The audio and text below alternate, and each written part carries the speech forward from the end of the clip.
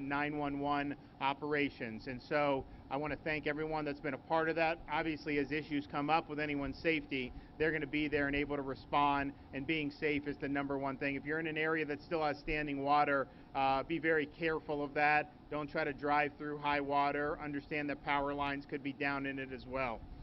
Power, though, is a major initiative and a priority at this point.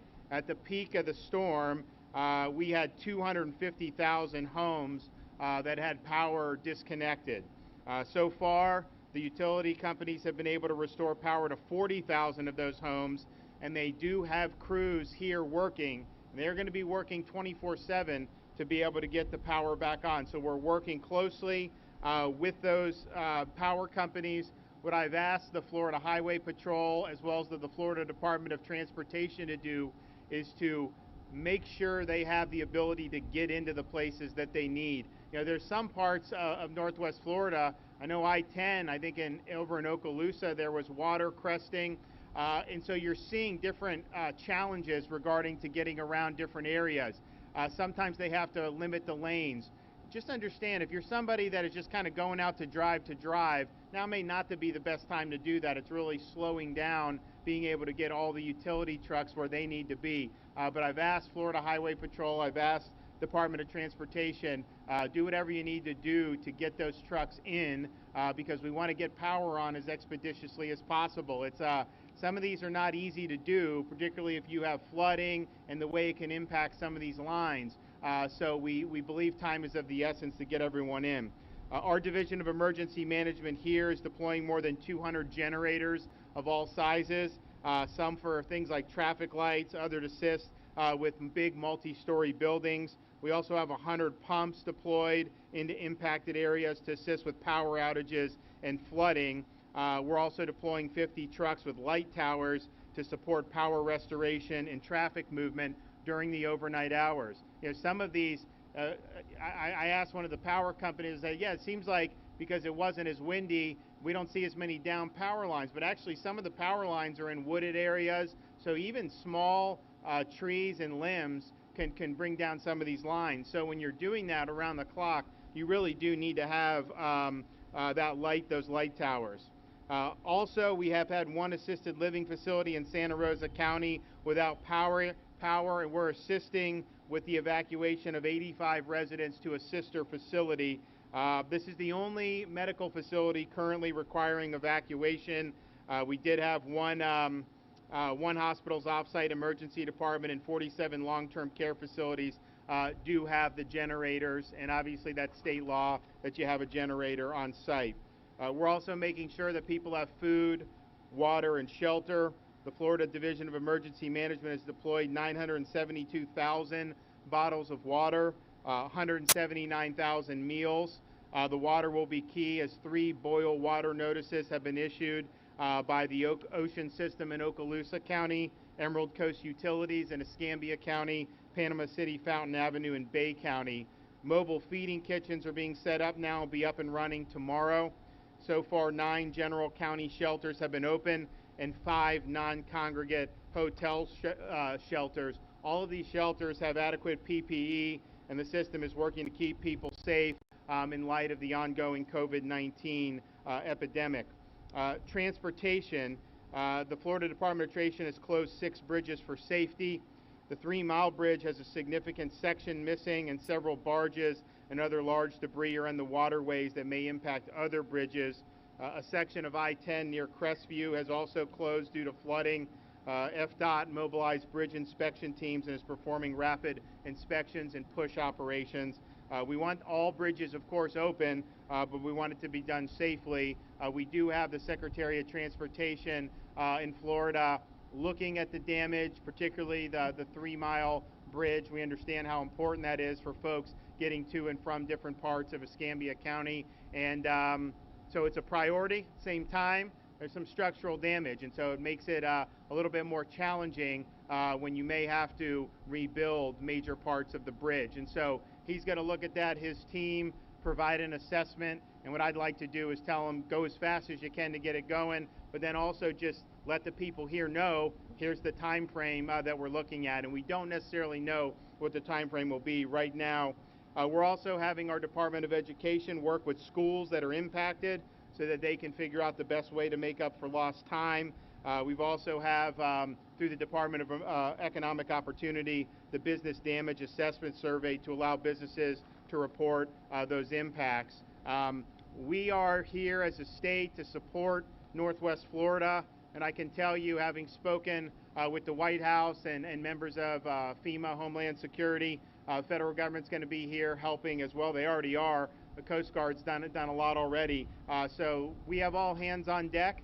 We want to make sure to continue to keep people safe, rescues if needed, get that power back on, and then of course we're going to look at the damage, the people that may have lost homes. We want to get them to a safe place.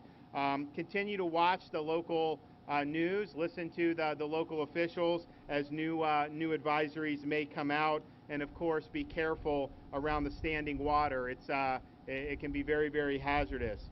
And make sure you document any damage that you have, household items, if there's anything that's been damaged in your home, the structure of the home, have that documented so that if you go to file the claim, you have the information and you can get compensated. Go to floridadisaster.org for more information on the storm. For the latest updates, follow at FLCERT on Twitter or go to floridadisaster.org. Does anyone have any questions? Yes, sir.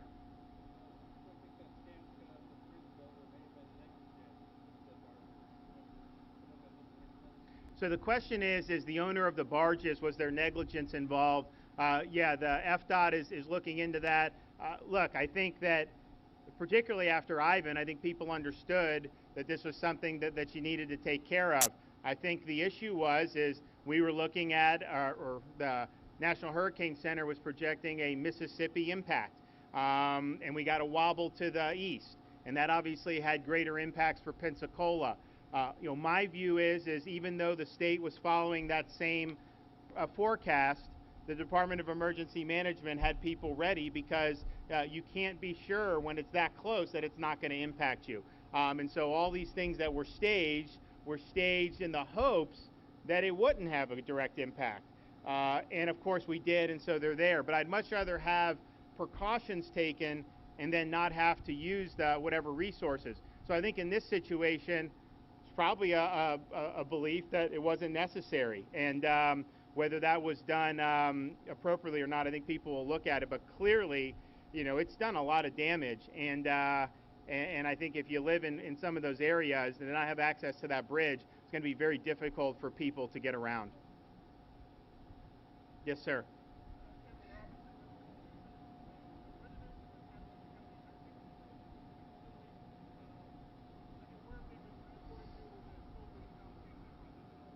So the question is about the assisted living facility.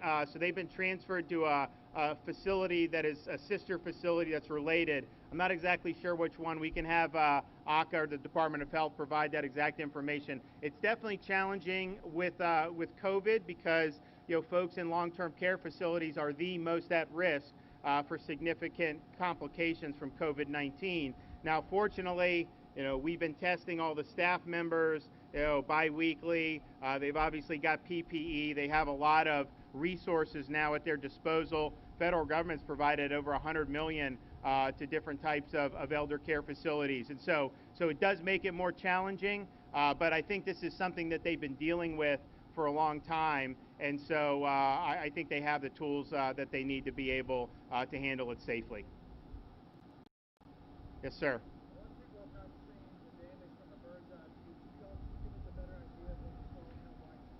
Sure. Well, I think in some ways it could be misleading. I mean, there were definitely areas where you still had a lot of standing water, like down in Perdido Key. You kind of had homes and there was water. It was almost like the home was an island. But there were other areas where you didn't really see any standing water. So from the bird's eye view, you think, well, maybe they didn't get damaged. The problem with that is the water comes up, it really can damage the home, and then it may have already receded. So there may have been some of those homes we were going over where we didn't see any standing water, but you may have had really significant damage. And so I think you're going to have to really just get boots on the ground to get the to full impact of what happened. Clearly, there were definitely still some areas where it was obvious that you had some major flooding. There were other areas which, from the bird's eye view, I don't think probably did full justice to the actual damage that we saw inside the homes. I mean, when these things go, it comes and it does recede, but if you have a foot of water inside your house, the damage doesn't just recede. I mean, the damage stays there, and I'll bet you're going to see that in different parts of both the Escambia and Santa Rosa counties as people start to look more and more at this. But we are now going to go to have a meeting at the Emergency Operations Center. We've been in contact with all the local leaders, from the beginning, and we'll continue to work. I don't know if we're going to, I think the FEMA administrator may be here in a day or two. Hopefully some other federal officials will be here as well. And we just want to be able to move forward in the way that's most helpful. But I would just remind people, we are seeing different parts of Northwest Florida water rising in some of these rivers, and you're likely to continue to see that for the next couple days. So just keep that in mind and make sure that you're safe as you're going about your business. Yes, ma'am. WEAR TV, is the state bringing any additional gasoline fuel to the area? So the questions about gasoline, there have been gas lines at some places, but it's not really been because of a shortage of fuel. It's more because some of the gas stations don't have power. That said, the Director Moskowitz is bringing in some fuel from Louisiana just to make sure that the gas stations have what they need. But I think it's more of a power generation issue. When you get the power on, then I think that a lot of those gas stations do have fuel and people will be able to pump it. But if you don't have the power to pump it, then having all that gas in your tanks at the gas station is not doing the motorists any good. So really the power, I think, is going to be the key, but there is some fuel coming over from Louisiana as well. All right, thanks everybody. Governor, thank you so much. Oh, yeah, absolutely. Yep. Oh, Okay. I wanted to introduce you to council member. Oh. Okay, hey man.